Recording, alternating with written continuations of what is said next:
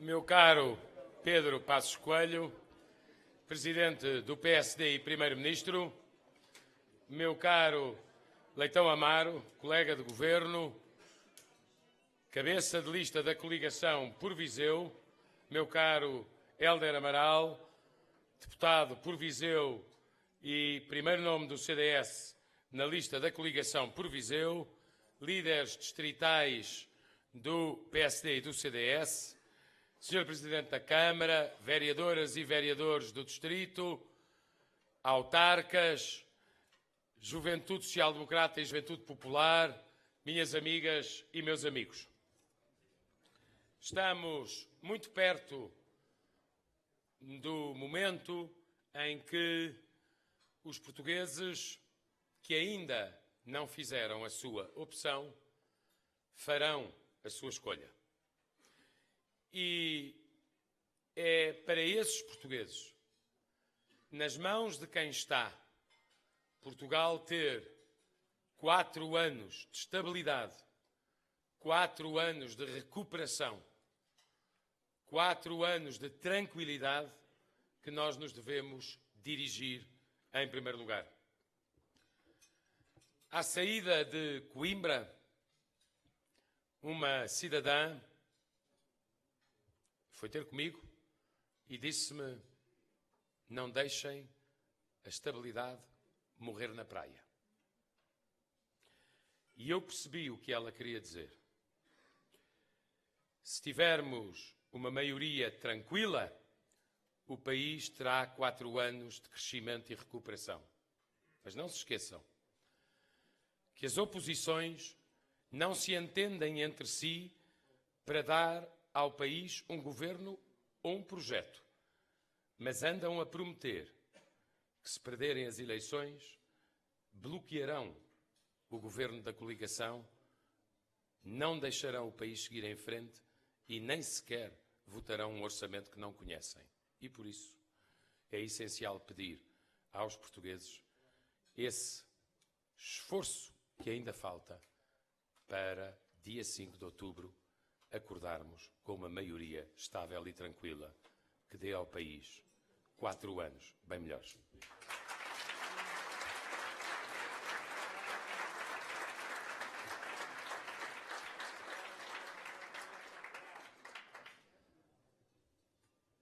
É importante também lembrar aos portugueses que o nosso país, em globalização, não está sozinho no mundo. Nós vivemos em economia aberta. Quando há crises lá fora, elas afetam e às vezes contagiam os outros países. A economia global dá, por vezes, sinais que são preocupantes, de menor crescimento ou de maior crise. Quanto maior for a incerteza económica da economia internacional, maior certeza política devem os portugueses ajudar a criar para que Portugal possa seguir em frente o seu caminho. Por outro lado, é ainda relevante compreender que as eleições se decidem, como todos sabem, no eleitorado que está ao centro. Mas mais importante do que isso, a história da Europa prova que a boa governação é uma governação ao centro. Ora, esta campanha mostrou que quem representa o centro político neste momento em Portugal é a coligação entre o PSD e o CDS. Porque à nossa esquerda não está uma esquerda moderada. Está uma esquerda que se deixou tentar por ilusões como a da Grécia e que se deixa tentar por uma política de bota abaixo que pode convir muito aos partidos, mas não convém nada a Portugal.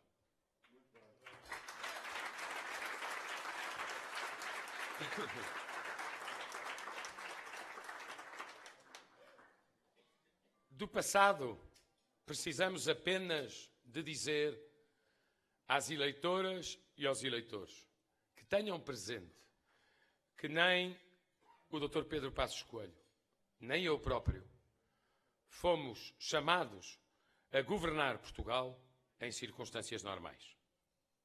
Eu costumo dizer que não recomendaria ao meu adversário mais difícil ser chamado a governar nas circunstâncias em que nós fomos chamados a governar, com a casa a arder, em estado de emergência, com a credibilidade de Portugal reduzida a nada e sem euros ou cêntimos para poder pagar compromissos básicos como salários ou pensões. Ponham a mão na consciência. Quem trouxe o resgate? Quem assinou o memorando? Quem chamou a Troika? E quem deixou a recessão? Não fomos nós, com certeza.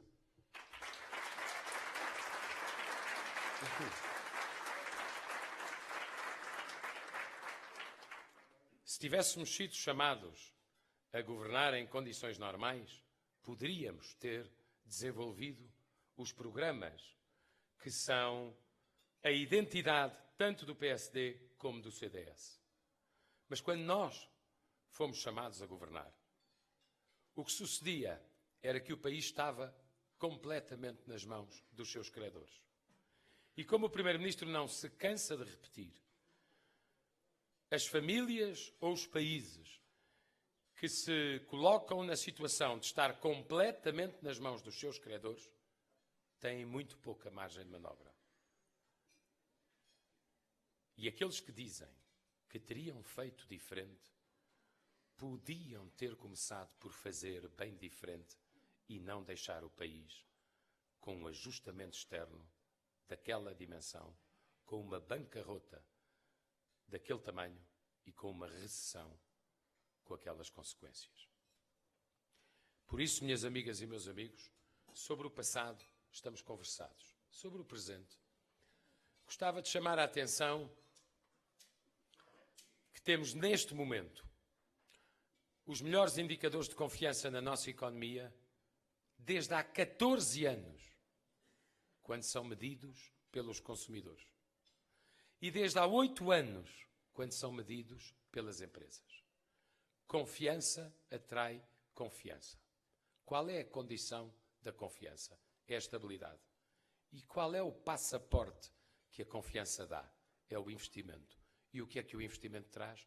A criação de emprego. O caminho é, por isso mesmo, natural e simples. Votar por um país com estabilidade, isso permitirá ao país ter confiança, isso permitirá à economia ter investimento, isso permitirá à sociedade ter mais oportunidades de emprego. É isto que está em causa no próximo domingo. O resto, aqui em Lamego,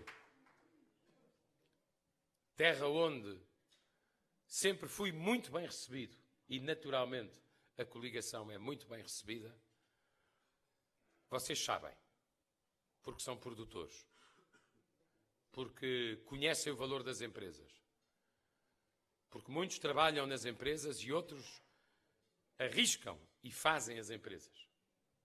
Nós temos, neste momento, o investimento a disparar desde que o IRC começou a descer. E, portanto, a questão da continuação da descida do IRC não tem nada de ideológica. É mero bom senso. É pragmatismo puro e duro. Se Portugal não continuar a descida do IRC, em economia aberta, os investidores dizem-nos com muita simpatia: ok, é a vossa opção, mas eu vou investir para o outro lado, onde me tratem melhor. E eu não creio que seja missão de nenhum político português estar a beneficiar que o investimento, em vez de vir para Portugal, vá para outros países, ou que a criação de emprego de que nós precisamos em Portugal vá ser feita para beneficiar os jovens de outros países. As exportações valem hoje 43,5% do PIB. Valiam há 5 anos cerca de 29% do PIB. Mérito do governo? Não. Mérito do setor exportador português. Daqueles que há 5 anos atrás eram apenas 17 mil empresas e hoje são 23 mil empresas que se batem todos os dias por cotas de mercado lá fora e que, ganhando cotas de mercado lá fora, protegem a sua retaguarda em Portugal. Agricultura, matéria muito relevante também nestas terras. Lembram-se da herança que recebemos. É melhor nem nos lembrarmos. E falarmos apenas dos resultados que apresentamos. 100% de execução do PRODER, nem 1 cêntimo devolvido a Bruxelas, nem 1 euro retido no Terreiro do Paço, todo o dinheiro europeu para a agricultura aplicado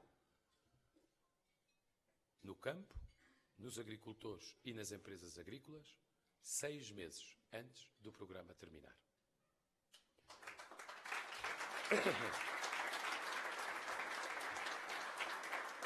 E ponto mais importante, é interessante ver as estatísticas do Eurostat que saíram hoje, porque elas confirmam o caminho que é necessário. A criação de emprego em Portugal melhorou claramente acima da média, tanto da União Europeia como da zona euro. Ora, nós precisamos de criar mais emprego do que a média europeia, precisamente para que a nossa taxa de desemprego caia, pelo menos, até à média europeia, que foi o compromisso que os dois partidos assumiram no seu programa eleitoral.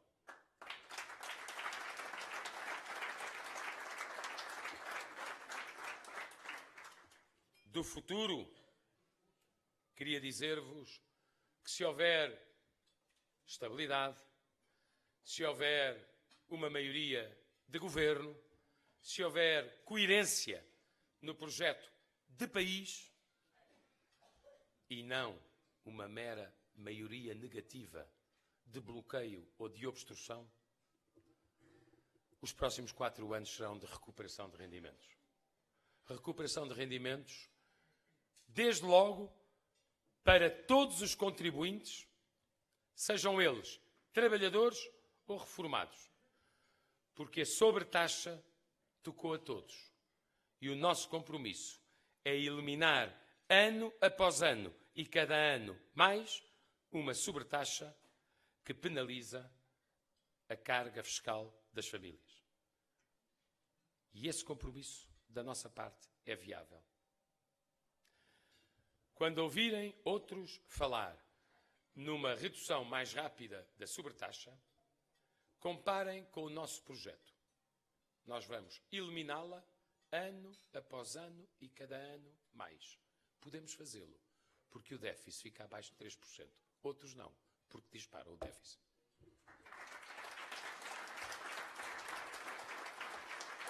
Recuperação de rendimentos para os aposentados. Não foi connosco que começou a contribuição extraordinária de solidariedade que atingiu uma parcela dos aposentados. Mas, como o Primeiro-Ministro sempre disse, seria no nosso mandato que ela terminaria. E nós somos prudentes em matéria de segurança social.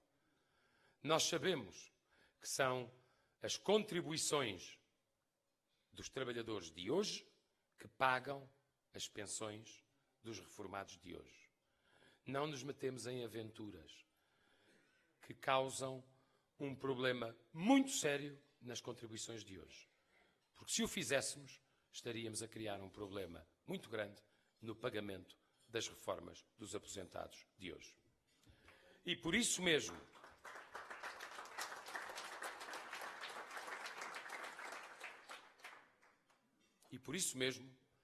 quando conversarem com os aposentados, lembrem-lhes quem começou a SES. Lembrem-lhes quem, apesar de todas as restrições, aumentou as pensões mínimas sociais e rurais que outros congelaram. Lembrem-lhes quem fez sempre, nessa matéria, uma opção pelos mais desfavorecidos. E peçam-lhes para comparar. O nosso programa, em matéria de segurança social, é prudente e é coeso entre gerações. Nós queremos garantir a sustentabilidade das pensões futuras. Outros são tão aventureiros que põem em risco o pagamento das pensões atuais. É uma grande diferença. Recuperação de rendimentos e também capacidade do Estado Social chegar a mais gente e chegar mais celeremente e ainda com maior proximidade àqueles que mais precisam. A política social é uma responsabilidade do Estado, mas o Estado não é o único obreiro no terreno da política social. A política social é uma responsabilidade do Estado, mas nós também estamos aqui a agradecer o trabalho, não apenas dos últimos 4 anos, das últimas décadas e, em alguns casos, dos últimos séculos, das instituições particulares de solidariedade social e das misericórdias, para dar um teto a quem não tem abrigo, guarda às crianças que têm os seus pais a trabalhar, companhia e tratamento aos idosos mais desfavorecidos. Sem as IPSS e sem as misericórdias, o Estado Social seria muito mais frágil em Portugal. E nunca se esqueçam, qual é o maior inimigo do Estado Social? É o Estado falido. Nós evitamos a falência do Estado. Por isso, temos legitimidade para propor uma política social reforçada nos próximos anos. Minhas amigas e meus amigos, estamos no distrito de Viseu, distrito de larga tradição do PSD e distrito onde o CDS soube sempre manter a sua identidade. Algo me diz que se cada um de nós fizer o esforço que ainda falta, no domingo poderemos ter em Viseu o Pafistão.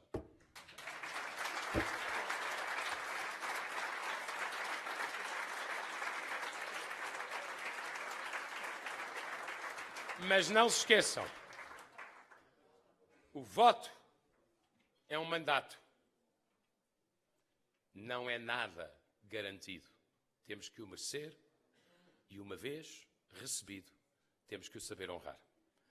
É isto que nos propomos fazer, com boa cara, com boa disposição, de quem tem a consciência tranquila e de quem quer dar ao país tudo o que pudermos para 4 anos que os portugueses bem merecem, depois de terem resolvido o problema que os outros deixaram, e sabe Deus com que sofrimento o resolveram, chegámos ao momento em que os portugueses têm direito a beneficiar do esforço que fizeram.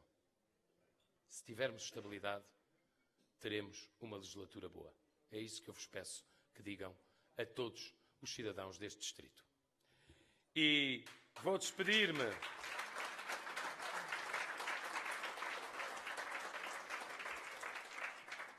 Vou despedir-me com um muito sonoro Viva Lamego! Viva Viseu! E, acima de tudo, viva Portugal sempre!